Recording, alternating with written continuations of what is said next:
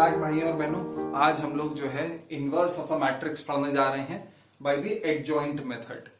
तो inverse of a matrix के बारे में मैं ऑलरेडी आपसे बात कर चुका हूं मैट्रिसेस में, जहां पे एलिमेंट्री रो ऑपरेशन से हमने इनवर्स ऑफ अ मैट्रिक्स निकाला था। जहां पे मैंने आपको बताया था कि जैसे अगर तुम्हारे पास कोई स्केलर इक्वेशन है अलजेब्रा में, तो जैसे you got something like 7x equal to 21, तो क्या करते थे, डिवाइडेड बोथ साइड्स बाय 7 या 1/7 से मल्टीप्लाई कर दो। 1/7 is known as the multiplicative inverse of 7। तो 1/7 into 7 into x is equal to 21 या 1/7 इंटू 21। फिर ये 7 कैंसिल आउट हो जाता है, इनफैक्ट ये 1 हो जाता है। मल्टीप्लिकेटिव इनवर्स का मतलब ही यही है। और ये जो है 3 हो जाता है। You get x equal to 3 Tada.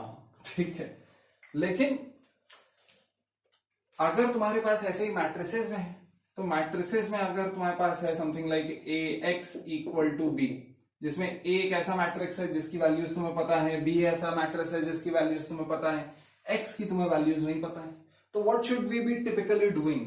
We should be trying to find एक ऐसा मैट्रिक्स जिसको a से मल्टीप्लाई करने पे क्या आ जाए, i आ जाए। 1 तो होता नहीं है। The do nothing matrix is i, the identity matrix. तो A इनवर्स B हो जाएगा, ये आइडेंटिटी मैट्रिक्स हो जाएगा। आइडेंटिटी मैट्रिक्स को किसी भी मैट्रिक्स से मल्टीप्लाई करने पे कोई फर्क नहीं पड़ता है। तो फाइनली तुम्हारे पास X आ जाएगा A इनवर्स B। तो ये मैट्रिक्स ढूंढना हमारे लिए काफी यूजफुल होता है, जो कि एलिमेंट्री रो ऑपरेशन से एक बार मैं आपको पूरे लॉजिक के साथ ऑलरेडी बता चुका हूं। नहीं वो देखा है तो पहले जाकर के उसे देखो, that is going to be very useful. तो ये A इनवर्स हमें ढूंढना है। अब भाई कैसे ढूंढा जाए, क्या ऐसा करा जाए कि A इनवर्स मिल पाए हमें?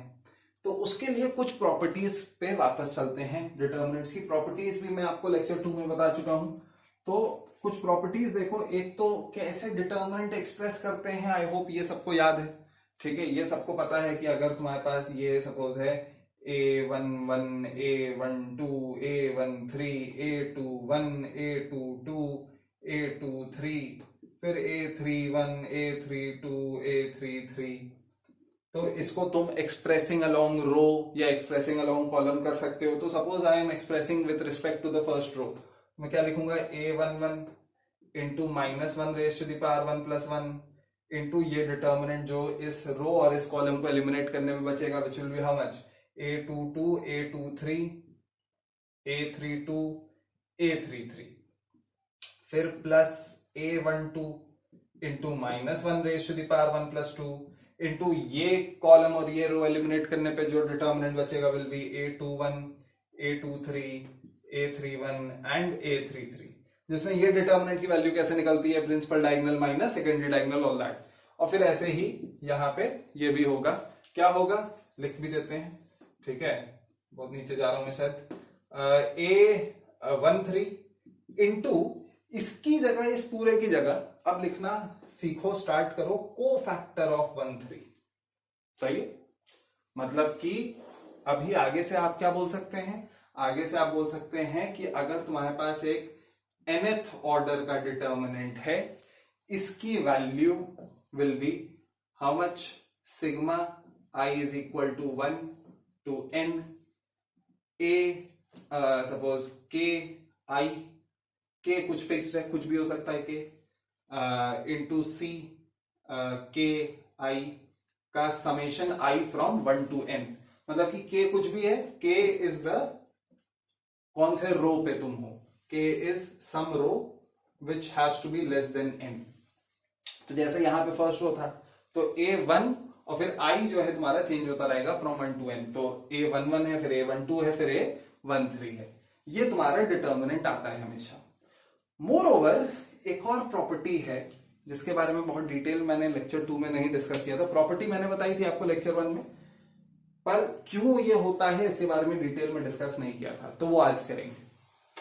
विच इज कि अगर तुम elements of one row multiply कर दो with cofactors of another row, मतलब कि अगर तुम्हारे पास है sigma i is equal to 1 to n a k i into c which is not k, suppose j है, j i, मतलब कि kth रो के एलिमेंट्स तुम jth रो के कोफैक्टर से मल्टीप्लाई करके उनका समेशन कर रहे हो। तो this is equal to zero always zero if k is not equal to j। इफ k is equal to j तब ये डिटर्मिनेंट की वैल्यू आ जाएगी, अगर k is not equal to j तो ये जीरो आ जाएगा। अब ये क्या हो रहा है, क्यों हो रहा है, इसके बारे में बात करेंगे। मतलब इसका समझ रहे हो आई होप। मतलब इसका ये है कि अगर तुम्हारे पास सपोज एक ये बी मैट्रिक्स है, बी मैट्रिक्स कैसा है, सपोज 1 2 -1 3 1 4 0 -1 2 ऐसा कुछ है, ठीक है। तो सपोज मैं जो है ये एलिमेंट्स लेता हूं 3 1 4, पर उसे मल्टीप्लाई में करता हूं विद कोफैक्टर्स ऑफ 1 2 एंड -1। तो देखो क्या होता है। तो यहां पे मैं लिख दे रहा हूं 3 1 4 और मल्टीप्लाई करते हैं। एक तो यहां पे 1 आ जाएगा, फिर इसका कोफैक्टर, तो इस कोफैक्टर में साइन तो 1 हो गया, ये हो गया तुम्हारा 2 -4 विच इज 6 प्लस 1 इंटू -1 और फिर इसका cofactor which is going to be 6 -0 तो 6 and then plus 4 into +1 into इसका cofactor which is going to be 3 into -1 -0 तो -3। ये क्या निकाला है मैंने, ये मैंने निकाला है summation i is equal to 1 2 3 elements of the row second तो 2i into cofactors of the row 1 तो 1i। ये निकाला है। सेकेंड रो के एलिमेंट्स मैंने मल्टीप्लाई किए हैं cofactors of the first row. तो देखो क्या आ रहा है, ये आ रहा है 18, ये आ रहा है -6 18 -6 और ये आ रहा है -12। तो देखो 0 आ रहा है। यही वो प्रॉपर्टी कह रही है कि कोई भी तुम अलग रो के एलिमेंट्स किसी और रो के कोफैक्टर से मल्टीप्लाई करोगे तो हमेशा 0 आएगा। अब ये कैसे कह सकते हैं हमेशा 0 आएगा, how can we be so sure. तो इसके लॉजिक में जाते हैं। तो अगर आपको याद हो कि अगर तुम्हारे पास कोई सपोज डिटर्मिनेंट है C और कुछ ऐसा है वो A1 A2 A3 B1 B2 B3 and C1 C2 C3, तो ये दूसरा डिटर्मिनेंट ले लेते हैं D, ठीक है, मैट्रिक्स D। तो इसका मतलब क्या होता था जब मैं इसका डिटर्मिनेंट निकालता था, तो इसका मतलब होता था कि मैं एक पैरेललोपाइपेड का वॉल्यूम निकाल रहा हूं which has vectors A B and C as its sides. तो सपोज मेरे पास ये B है, ये C है, B वेक्टर C वेक्टर और इससे मैं एक B क्रॉस C प्लेन में, प्लेन के परपेंडिकुलर आया मेरे पास, ये ऐसे सपोज प्लेन है, ये B क्रॉस C आ गया। B क्रॉस C होगा क्या, it will be a vector which is perpendicular to B and C and is equal in area to the parallelogram formed by B and C। और फिर जब मैं A से उसको dot करता हूं तो what I try to find is कि A वेक्टर का कितना कंपोनेंट है along B क्रॉस C। तो ये जब मैं मल्टीप्लाई कर देता हूं तो मुझे हाइट मिल जाती है पैरेललोपाइपेड की, और फिर वो जो है मल्टीप्लाई होकर के इस एरिया से वॉल्यूम दे देता है पैरेललोपाइपेड का। यहां तक सबको याद है। लेक्चर 2 में secret reason of determinants, properties of determinants में हमने बात करी थी। तो अब ये सोचो अगर मैं ये कर रहा हूं A dot B cross C, ठीक है, तब तो चलो तुम्हें मिल रहा है वॉल्यूम ऑफ पैरेललोपाइपेड। पर अगर मैं कर रहा हूं B dot B cross C तब क्या मिलेगा। B dot B cross C, पहले तो सोचो क्या मीन करेगा। B क्रॉस C इधर है और B cross C by definition is perpendicular to the plane formed by B and C vector. अब उसका अगर तुम डॉट लोगे B क्रॉस C के, B का अगर तुम कॉम्पोनेंट निकालोगे B क्रॉस C के लॉन्ग, तो it is always going to be 0। That is like saying what is the component of a vector A vector which is perpendicular to B vector along B vector. इसका अगर तुम shadow बनाओगे तो कितना बनेगा, कुछ ही नहीं बनेगा, 0 बनेगा। तो B dot B cross C हमेशा 0 होता है। और वही तुम कर रहे हो जब तुम ऐसा कुछ कर रहे हो। अगर तुम इसके एलिमेंट्स इसके कोफैक्टर्स से मल्टीप्लाई कर रहे हो तो इसके कोफैक्टर्स क्या होने वाले हैं। सपोज A के कोफैक्टर्स क्या होने वाले हैं, B क्रॉस C का एरिया B क्रॉस C होने वाला है। पर तुम इसके कोफैक्टर्स इससे अगर मल्टीप्लाई कर रहे हो तो मतलब कि बी क्रॉस सी तुम बी से डॉट कर रहे हो, तो बी क्रॉस सी अगर बी से डॉट कर रहे हो तो जीरो तो मिलेगा ही, ऑब्वियस सी बात है। अब अगर ये जीरो मिलेगा तो आई होप ये आपने लिख लिया हो, बहुत ज्यादा कुछ है भी नहीं यहाँ पे, सब सोची समझी चीजें हैं, आगे मैं बता रहा हूं। अब अगर ये जीरो मिलेगा तो इससे फायदा क्या है, इससे हम लोग एक बहुत ही इंटरेस्टिंग चीज डेवलप कर सकते हैं। ओह शिट,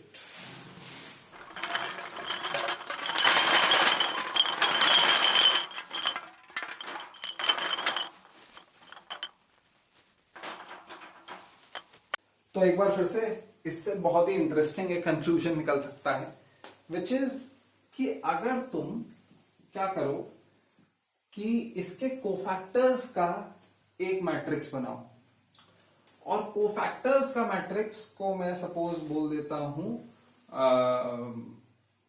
सपोज ए मेरे पास ये है, A11, A12, A13, A21, A22, A23, A31, A32 and A33, और मेरे पास एक कोफैक्टर्स का मैट्रिक्स है कैपिटल सी, जो कि है C11, C12, C13, C21, C22, C23 and C31, C32, C33, और मैं इन दोनों को अगर मल्टीप्लाई करूं तो मुझे पता है कि भाई इसका रो इसके कॉलम से मल्टीप्लाई होगा, अगर ये लेफ्ट हैंड साइड पे राइट हैंड साइड पे, तो इसके कॉलम में तो वो एलिमेंट्स है नहीं, मुझे तो इसका रो इसके रो के साथ मल्टीप्लाई करना है, कैसे करा जाए वो, तो आप क्या कर सकते हो, रो कॉलम इसके एक्सचेंज कर दो, मतलब कि सी ट्रांसपोज ले लो।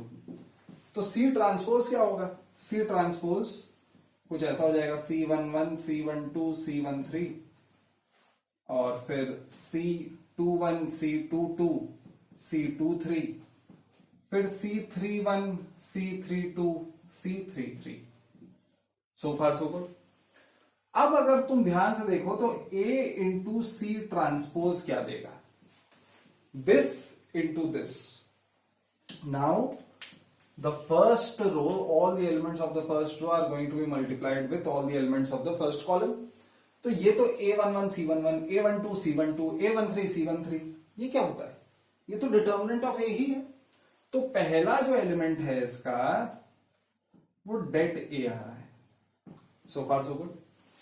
सेकेंड एलिमेंट इधर अगर जाएंगे तो ये रो इंटू दिस कॉलम, अब ये row into this column is the same as multiplying a row with the cofactors of another row. ये कोफैक्टर्स ऑफ सेकेंड रो है, तो ये क्या देगा, ये तो जीरो देगा। ऐसे ही ये रो इससे मल्टीप्लाई करेंगे, जीरो देगा। फिर नेक्स्ट चलते हैं, नेक्स्ट ये वाला जो एलिमेंट होगा, मतलब कि सेकेंड रो के फर्स्ट कॉलम का element is going to be this into this. फिर से सेकेंड रो तुम मल्टीप्लाई कर रहे हो with cofactors of first row, तो that is going to be zero until you reach this into this. The second row multiplied by cofactors of the second row, you will get det A again. Similarly, इधर zero होने वाला है, इधर zero होने वाला है, इधर zero होने वाला है, और इधर det A फिर से होने वाला है। Can you see what happened? ये जो प्रॉपर्टी है ये तुमने यूज कर ली, और इसकी वजह से बाकी सारे एलिमेंट जीरो हो गए, और ये क्या हो गया, ये तीनों det A हो गए। तो इसका ये मतलब है कि ये det A अगर तुम कॉमन ले लो भाई मैट्रिक्स में से, तो एक ही बार कॉमन लेने पे सारे रोज कॉलम से सारे एलिमेंट से चीजें बाहर निकल आती हैं, तो इसे तुम लिख सकते हो det A into identity matrix, क्योंकि जो बचेगा वो क्या बचेगा, 1 1 1, बाकी सब जीरो। तो det A into identity matrix is A into C transpose, where C is a matrix that is made up of the cofactors of the elements of A. Now what does that tell you? That tells you कि दो ऐसे matrices हैं जिनको multiply करने पे some scalar, याद रखिएगा determinant जब तुम निकाल देते हो मैट्रिक्स का तो वो कुछ एक स्केलर वैल्यू हो जाती है, इनटू आइडेंटिटी मैट्रिक्स। तुम्हें क्या चाहिए था, इनवर्स में मिटा दिया अभी मैंने, पर तुम्हें एक ऐसा मैट्रिक्स चाहिए था जिससे मल्टीप्लाई करने पर ए को तुम्हें क्या मिल जाए, आई मिल जाए, सिर्फ आई होना चाहिए इस तरफ। तो इनवर्स ऑफ अ मैट्रिक्स कैसा दिखेगा, तो इसका मतलब ये है कि A into 1/det A into C transpose is going to give you what? Is going to give you identity matrix. माने कि ये पूरा क्या हो जाएगा, ये पूरा हो जाएगा तुम्हारा A इनवर्स, और ये जो C ट्रांसपोज है, C transpose is called the adjoint और द एडजुगेट भी बोलते हैं कई बार, एडजॉइंट ऑफ ए। तो इसकी सब प्रॉपर्टीज वगैरह देखेंगे। अभी तक हमने सिर्फ लॉजिक डेवलप किया है, अभी जो है फॉर्मली जैसे किताब में तुम्हारे दिया होता है कि बस ये कर दो और आंसर आ जाएगा, वो अब देखना स्टार्ट करेंगे।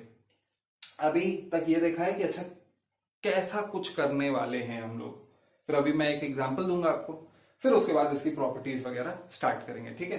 तो उससे पहले ये लिख लो, आई होप लॉजिक डेवलप हो गया हो। अभी जल्दी से लिखिए। तो अभी तक क्या किया है हमने, उसे समराइज कर लेते हैं। हमने ये देख लिया है कि adjoint of A, this spelling, या फिर कई बार उसे ऐसे भी रिप्रेजेंट करते हैं, adjoint of A is what it is the matrix that is the transpose of a matrix, transpose of a matrix of cofactors of A. अगर तुम्हें एडजॉइंट ऑफ ए चाहिए तो उसके कोफैक्टर्स का एक मैट्रिक्स बनाओ, उसका ट्रांसपोज ले लो, और A inverse is simply 1/det A into adjoint of A, adjoint of A. तो ये तो स्केलर है और इससे मल्टीप्लाई कर दीजिए आप एडजॉइंट ऑफ ए, तो आपको ए इनवर्स मिल जाएगा। लॉजिक मैं आपको पीछे बता चुका हूं। अभी इसकी प्रॉपर्टीज वगैरह देखेंगे हम लोग, बट एक जो है पहले एग्जाम्पल ले लो, और वो एग्जाम्पल एक बार मैं करके दिखा दे रहा हूं ताकि you have a better idea of what we are trying to say. तो सपोज कोई हमने जो है मैट्रिक्स लिया, स्क्वायर मैट्रिक्स ही ले सकते हैं तभी डिटर्मिनेंट निकलेगा। तो we got something like 1 2 3 and 0 -1 4 and then you got suppose 1। अच्छा, नॉन सिंगुलर मैट्रिक्स होना चाहिए। अच्छा, अभी जो है थोड़ा सा ये भी देख लो कि सिंगुलर मैट्रिक्स का क्यों इनवर्स नहीं एग्जिस्ट करता है, that is because of this. यहाँ पे 1/det A आता ही आता है, तो det A अगर 0 है तो this will B not defined, ठीक है। तो सिंगुलर नहीं होना चाहिए। मैं एक मिनट ऐसा मैट्रिक्स बना दूं जो कि सिंगुलर नहीं है, सपोज ये है, this is our matrix which is non singular. और अभी जो है इसका हम लोग एडजॉइंट निकालेंगे, और इसका जो है हम लोग ये थोड़ा छोटा कर देते हैं, दिस इज समथिंग लाइक 2, ठीक है। दिस इज नॉन सिंगुलर, तो इसका एडजॉइंट कैसा दिखेगा, तो सारे आपको बैठ करके इसके कोफैक्टर्स निकालने पड़ेंगे। तो कोफैक्टर्स क्या होते थे, -1 raise to the power row plus column into the value of determinant that remains behind. तो इसकी बात कर लेते हैं भाई। Adjoint of A is equal to पहले वाले एलिमेंट का, अच्छा ये जो इक्वल टू है इसमें बाहर मैं ट्रांसपोज अभी लगा दे रहा हूं ताकि ये वाले जो रोज हैं इसके जो कोफैक्टर्स हैं अभी मैं यहीं पे लिख पाऊं, ऐसे ही लिख पाऊं, नहीं तो बड़ा कंफ्यूजन होगा, बहुत ज्यादा चीजें तुम एक ही साथ कर रहे होगे दिमाग में। तो यहां का जो एलिमेंट है ये क्या होगा, दिस विल सिंपली बी इसका कोफैक्टर, ठीक है। तो कोफैक्टर 1 1 क्या होता है भाई, कोफैक्टर 1 1 होता है -1 रेज टू द पावर 1 + 1, ठीक है। यहाँ पे तो sign plus minus plus minus plus minus और प्लस माइनस प्लस चलता ही आपको रटा होना चाहिए। तो हालांकि मैं लिख दे रहा हूं -1 रेज टू द पावर 1 + 1, और फिर ये determinant which is -1 4 1 2 which is going to be what -2 -4 -6।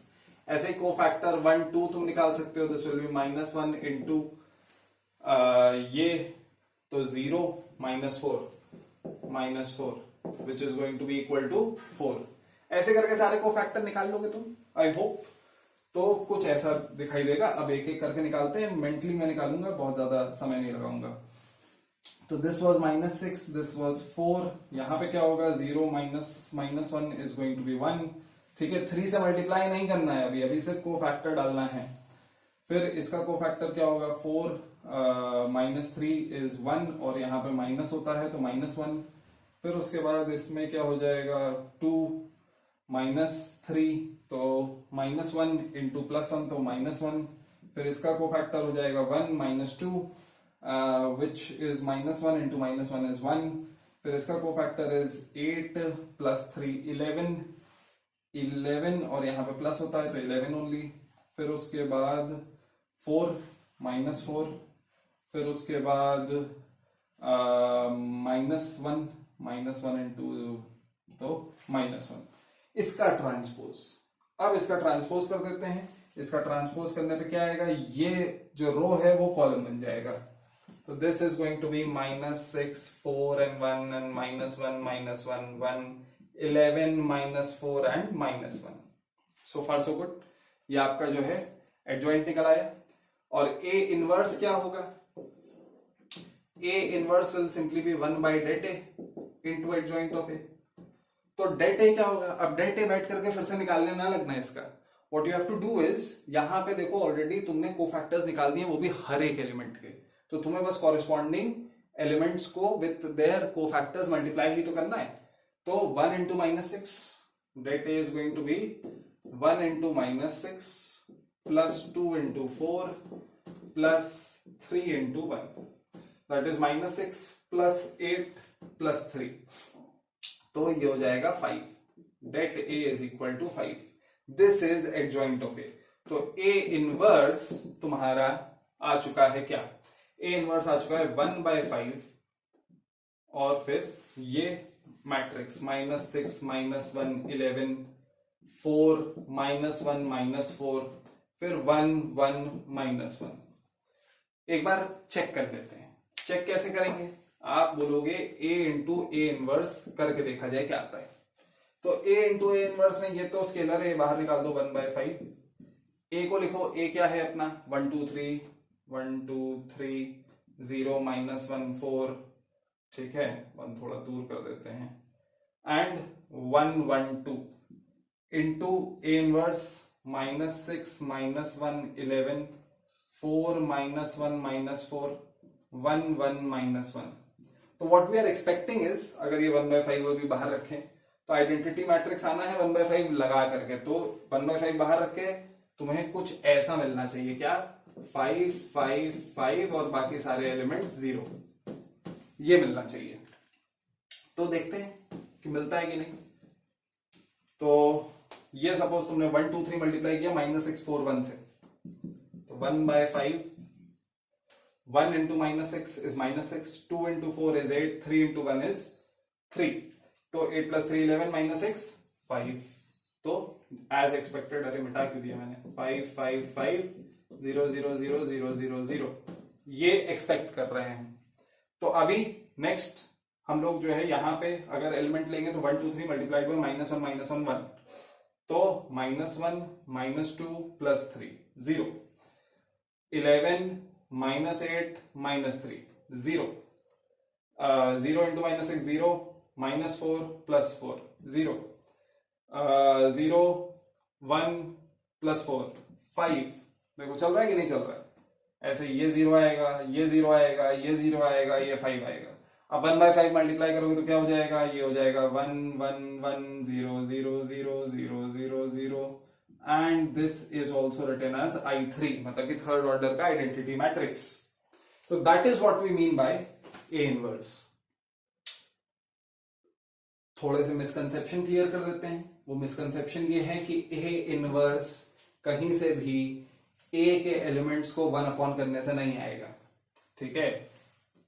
कुछ बच्चों का ये सवाल होता है कि सर A इनवर्स ये क्यों नहीं है, 1/1 1/2 1/3, तो ये क्यों नहीं है। तो सिंपल रीजन तो यही है कि ये इस वजह से नहीं है क्योंकि इसको जब मल्टीप्लाई करोगे तुम A के साथ तो आइडेंटिटी मैट्रिक्स नहीं आएगा, ठीक है। यहाँ पे मल्टीप्लिकेशन के मायने ही अलग है, ठीक है। मल्टीप्लिकेशन हम लोग इसे भी बोलते हैं और जो स्केलर्स में था उसे भी मल्टीप्लिकेशन बोलते हैं, पर ये एक अलग ऑपरेशन है, इस बात को समझो।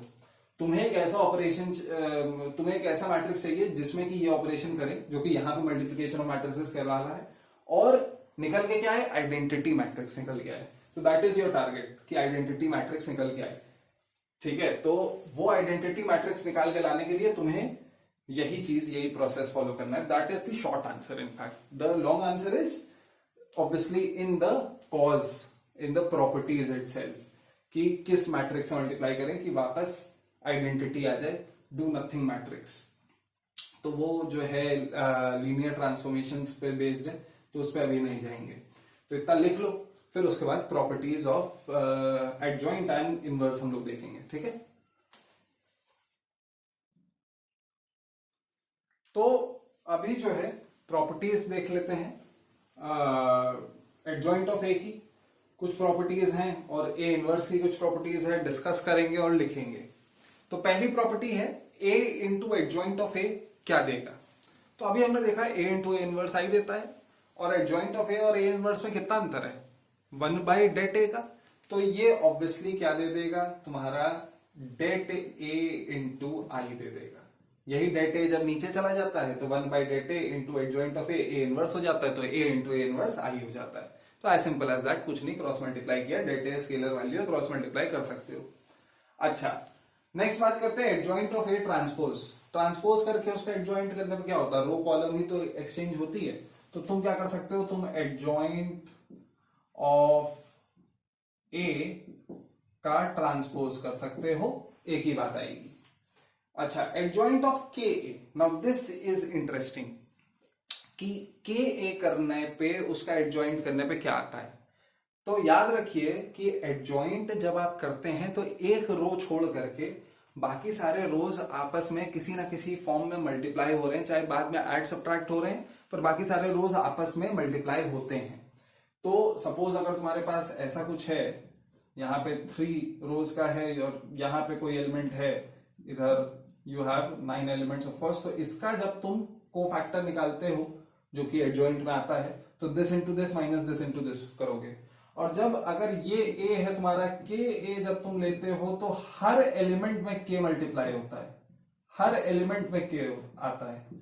तो अगर हर एलिमेंट में के आएगा और तुम्हारे पास इसका कोफैक्टर निकालते वक्त ये के स्क्वायर माइनस के स्क्वायर, वही अगर 4 रोज होती तो क्या होता, फिर के क्यूब आता हर एलिमेंट के साथ।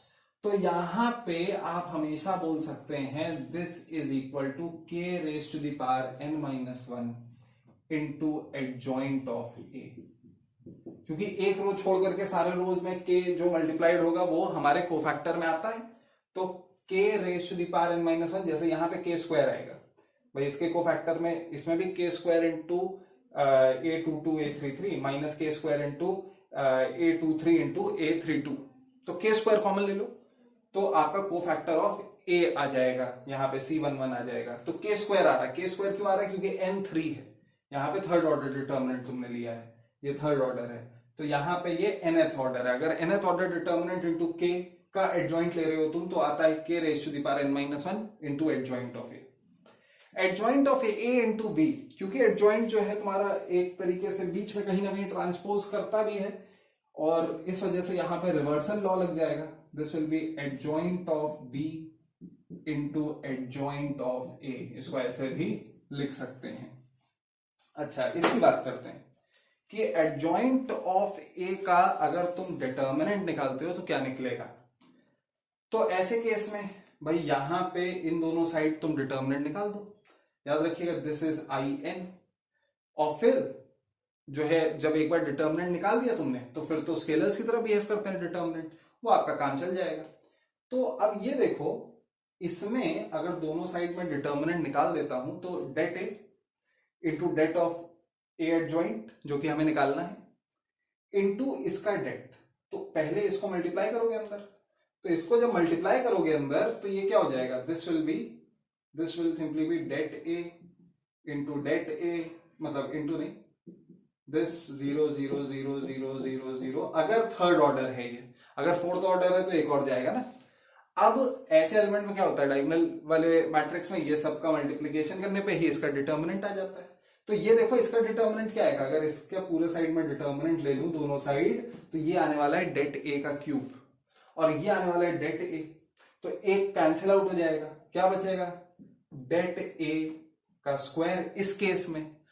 अब इस केस में स्क्वायर होगा, किसी और केस में n-1 होगा, जहां पे एक ऑर्डर n है।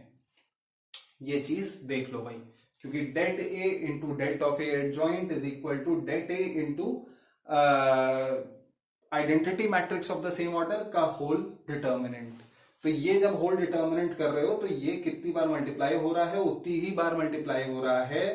This part is equal to det A की पावर n। तो अगर इधर डिटर्मिनेंट मैंने ले रखा है, वैसे तो ये प्रॉपर्टी को एज इट इज रहने देते हैं अभी, ये बस समझाने के लिए मैंने यूज किया था। तो फिर इसका एडजॉइंट ए का डिटर्मिनेंट क्या हो जाएगा, det A की power n-1, that is it. अच्छा, नेक्स्ट इधर आ जाते हैं प्रॉपर्टीज ऑफ ए इनवर्स। तो ए इनवर्स यूनिक होता है, मतलब एक बार तुम्हें कोई एक ऐसा डिटर्मिनेंट मिल गया जो कि एक दूसरे डिटर्मिनेंट का इनवर्स है, तो फिर और कोई डिटर्मिनेंट नहीं मिलेगा। अरे यार, तो और कोई डिटर्मिनेंट नहीं मिलेगा जो कि उसी सेम मैट्रिक्स का इनवर्स हो। That also leads to the consequence कि अगर a इंटू बी आई दे रहा है of the same order, then a is equal to B inverse and b is equal to a inverse आप लिख सकते हैं। दैट ऑल्सो टेल्स अस कि a इनवर्स का इनवर्स करने पर वापस a आएगा, since a inverse is unique. अच्छा, a ट्रांसपोज का इनवर्स करने पे क्या आएगा, this can also be written as a inverse का ट्रांसपोज। अलग से निकालने की आपको जरूरत नहीं है। अगर आप a इनवर्स निकाल चुके हो तो ये नहीं कि अब a ट्रांसपोज करा उसका इनवर्स निकाला, नहीं, a इनवर्स का ही ट्रांसपोज हो जाएगा। अच्छा, जहां तक det ऑफ a इनवर्स की बात है वो क्या होगा, तो det ऑफ a इनवर्स निकालने के लिए हम लोग सिंपल सी ये इक्वेशन लिखेंगे, a into a inverse is equal to i। दोनों साइड डिटर्मिनेंट ले लो, तो det of a into det of a inverse is equal to det of I. Now what is det of I? Det of I is going to be 1.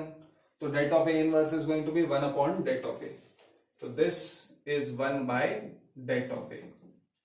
अच्छा, next देखते हैं KA का whole inverse क्या होगा।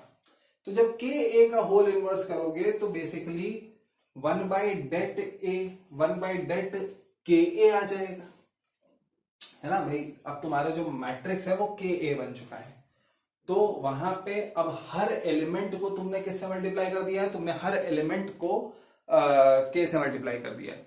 तो जब तुम उसका डिटर्मिनेंट लोगे तो क्या हो जाएगा, k raise to the power n आ जाएगा। ये बात सबको आई होप समझ में आती है कि अगर कोई एलिमेंट है, suppose a b c d e f g h i, और इसको मैंने k से मल्टीप्लाई कर दिया, तो इसका जब डिटर्मिनेंट हम लोग निकालेंगे, के ए का डिटर्मिनेंट अगर निकालेंगे तो this is going to be K cube into determinant of A. ऐसा क्यों होने वाला है, क्योंकि हर एक एलिमेंट के से मल्टीप्लाइड होगा, तो 3 बार तुम के कॉमन ले लो तो फिर वापस ए का डिटर्मिनेंट आएगा, तो के क्यूब det ए आएगा।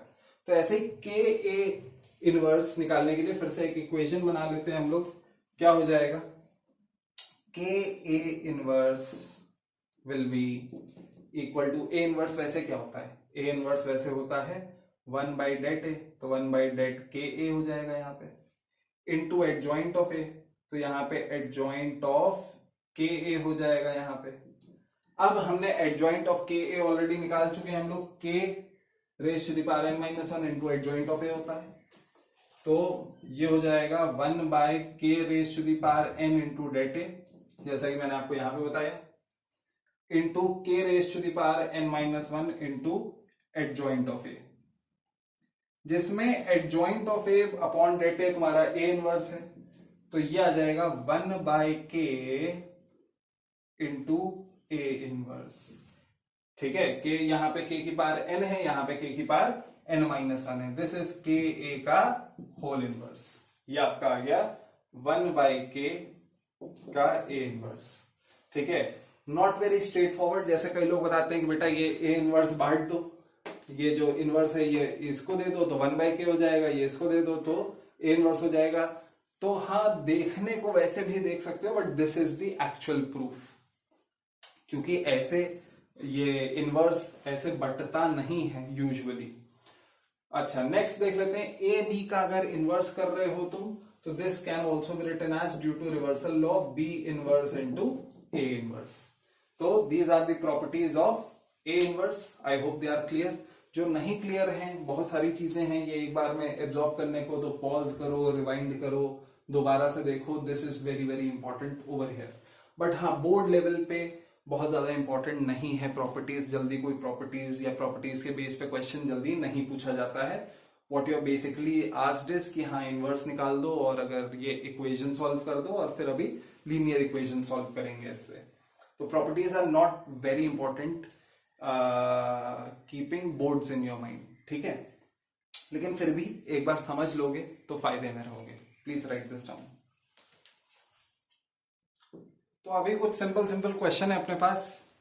पहला क्वेश्चन है आईएससी 2016 का, जिसमें एक मैट्रिक्स दे रखा है, बता रखा है into some matrix x gives you 1 - 2 1 3, hence you have to find x। तो टिपिकली तो कुछ ऐसा आप कर सकते हैं कि ऑर्डर वगैरह देख सकते हैं, ऑर्डर वगैरह भी पूछ सकता है अगर 1 मार्क क्वेश्चन है, x का ऑर्डर पूछ लेगा। लेकिन फिलहाल क्या करना है आपको, सपोज इसको आपने a बोल दिया, a into x is equal to b, तो अभी यहां पे आपने बोल दिया x is equal to left hand side multiplication कर देंगे a इनवर्स b।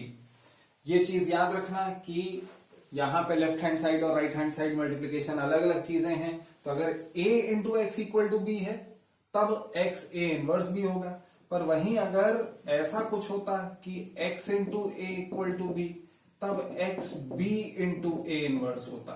ये दोनों में अंतर है, दोनों बातों में। तो ये चीज याद रखना, यहां पे राइट हैंड साइड मल्टीप्लीकेशन कर रहे हो, यहां पे लेफ्ट हैंड साइड मल्टीप्लीकेशन कर रहे हो। फिलहाल a इनवर्स निकालने में हम लोग इंटरेस्टेड हैं और फिर उसे b से मल्टीप्लाई कर देंगे। तो a inverse for a 2 cross 2 matrix is very easy. This is going to be obviously 1 by det a into adjoint of a। Adjoint of a क्या होगा? Adjoint of a is going to be किसका transpose? इसके cofactors का transpose. अब इसके जब cofactors तुम निकालोगे तो अब भाई 5 का सपोज तुमने कोफैक्टर निकाला, तो 5 का तुमने रो हटा दिया, कॉलम हटा दिया, तो एक ही एलिमेंट बचता है। तो वो जो एक एलिमेंट बचता है that is the determinant itself. One first order जो तुम्हारा डिटर्मिनेंट होता है वो सेम एलिमेंट होता है। तो यहाँ पे +1। अच्छा, फिर यहाँ पे क्या हो जाएगा, ये और ये एलिमिनेट कर दिया तो 1 आया, लेकिन यहाँ पे -1 क्योंकि साइन आपका माइनस होने वाला है। फिर ये एलिमिनेट किया तो 4, तो यहाँ पे -4, और ये एलिमिनेट किया तो +5 का ट्रांसपोज। इसका ट्रांसपोज करेंगे तो क्या होगा भाई, इसका ट्रांसपोज हो जाएगा 1 - 1 - 4 एंड 5। अब 1 by det a, det a क्या हो जाएगा, det a हो जाएगा 5 into 1 and 4 into -1 which will be 1। तो det a आपका 1 हो जाएगा। यही तुम्हारा a इनवर्स हो गया, a इनवर्स यही है। अच्छा, फिर उसके बाद a इनवर्स इंटू b निकालना है, तो a inverse into b will be equal to 1 by det a which is what, which is 1 into a inverse is what, a inverse ये 1 by det a 1 -4 - 1 5 into b is 1 - 2 1 and 3। अब ये elements in elements के साथ रो with column multiplication करेंगे हम लोग, तो क्या मिल जाएगा, 1 into 1 is 1 -4 is -3। फिर उसके बाद -2 - 12 is -14। फिर उसके बाद -1 + 5 is 4 and 2 + 15 is 17। ये आपका x आ चुका है भाई। तो this was 5 mark question in ISC 2016, नहीं 5 नहीं 3 mark question, सॉरी, ISC 2016।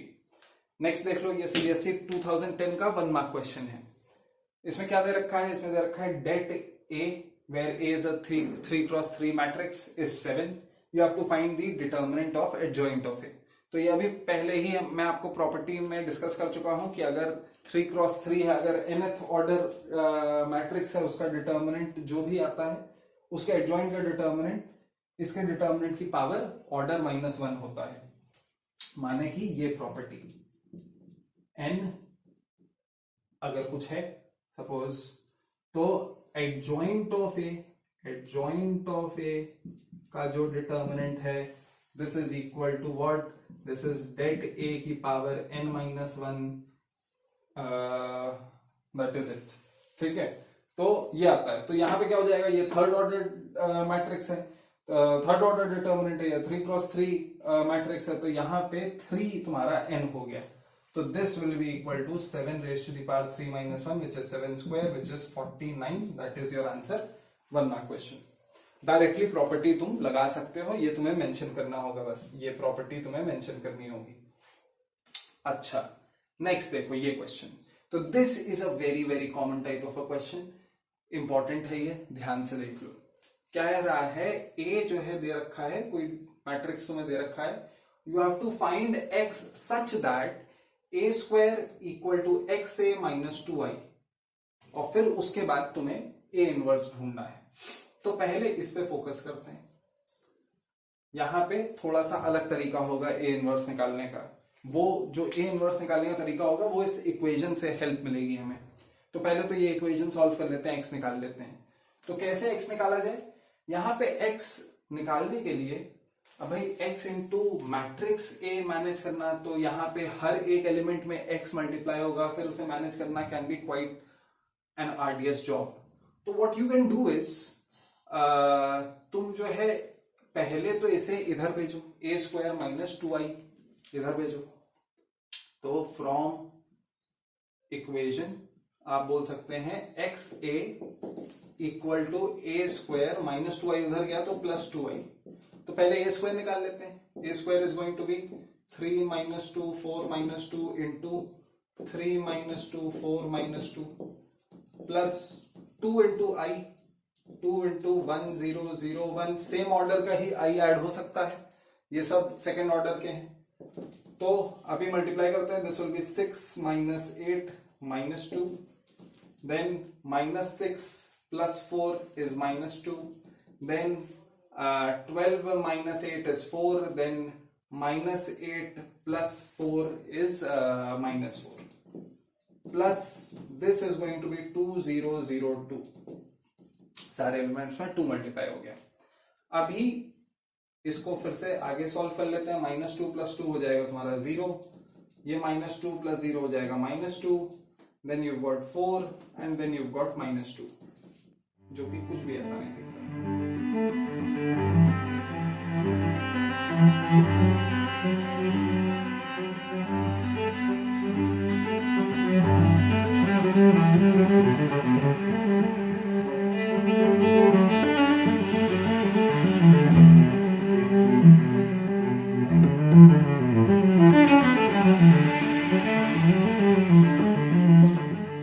और ये 3 हो गया। हाँ, तो अभी ये 3 हो गया, और ये मैं कह रहा हूं is equal to 3x minus 2x 4x and minus 2x। तो obviously by comparing each and every element you can see that x is equal to 1।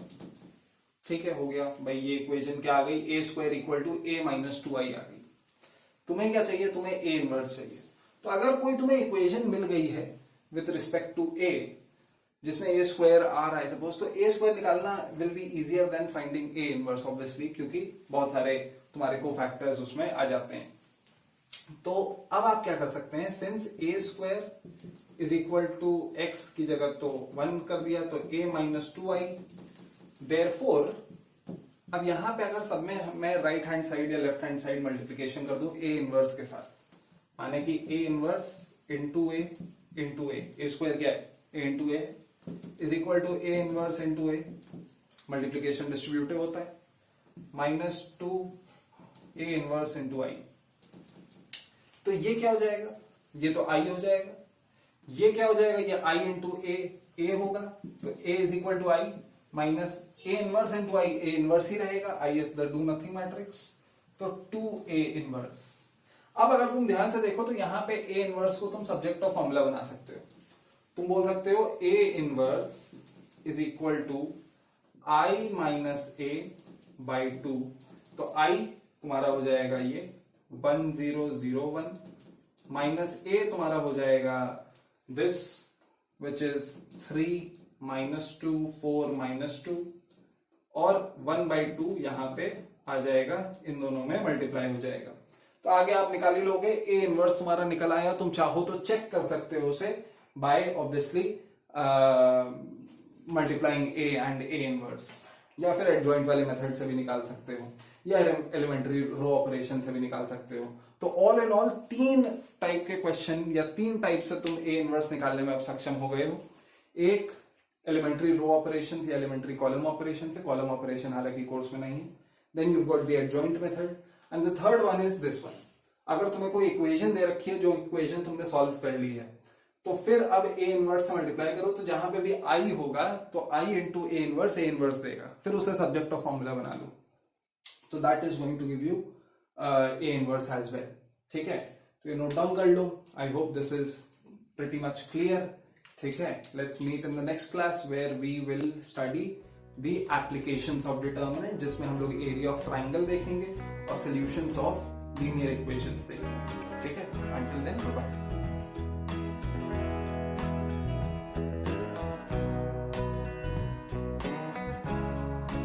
तो आई होप आपको ये वीडियो पसंद आया होगा। आप मेरे और कुछ वीडियोस देखने के लिए यहाँ क्लिक कर सकते हैं, और अगर सब्सक्राइब नहीं किया है तो सब्सक्राइब करो। और अगर आपने ये वीडियो 2 लोगों के साथ शेयर किया तो आप जीत सकते हैं कुछ भी नहीं। फ्री वीडियो में क्या जान लोगे बच्चे की। चलो नेक्स्ट लेक्चर में मिलते हैं।